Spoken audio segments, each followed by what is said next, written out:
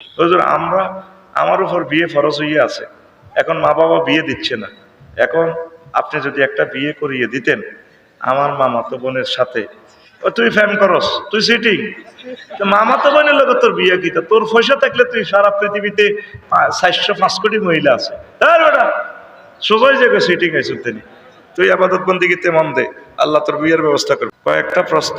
প্রিয় হুজুর, আমি আপনাকে আল্লাহর জন্য ভালোবাসি। কই প্রশ্নগুলো কইবার চাইছে না? না না, আরে এটা আমি দেন না, তার আশাটা পূরণ করে দিই। হ্যাঁ, আমি আপনাকে আল্লাহর জন্য ভালোবাসি। এদের নামও কেছে বয়স 23। আমি আরাম থেকে বাঁচার জন্য বিয়ে করতে চাই, কিন্তু আমার পরিবার থেকে আমাকে বিয়ে দেয় না। দয়া করে আপনি কিছু বলেন। তো বিয়ে দেয় না এগুলো বুঝাচ্ছা, আর তোর ইনকাম থাকলে পরিবার হুনার লাগবে না, তুই বিয়ে করিয়ে নেবি। মাইয়ার কোনো অভিভাবকের অনুমতি লাগবে, হোলার তো অনুমতি নেই। ওলা হইসে হইলে খাওয়াইতে হইলে বাড়ি ঘর আলাদা থাকলে তুই বিয়ে করবি, আব্বা আমার দাওয়াত দিবি।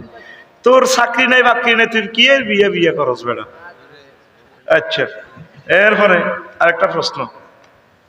হুজুর, আমরা এসএসসি ব্যাচ 25 পরীক্ষার্থী, বিগত 2 বছর আমরা কোনো পড়ালেখা করি নাই। এখন 10 এপ্রিল আমাদের পরীক্ষা, এখন কি করলে আমরা পরীক্ষায় A+ পাবো? আল্লাহ সাহায্য চাইবে। পড়লে না কা তুমি হড়ো, অল্প অল্প করে হড়ো। আল্লাহুল মুস্তাআন আলা মা তাসিফুন, রব্বি জিদনি ইলমা, এটা পড়বে।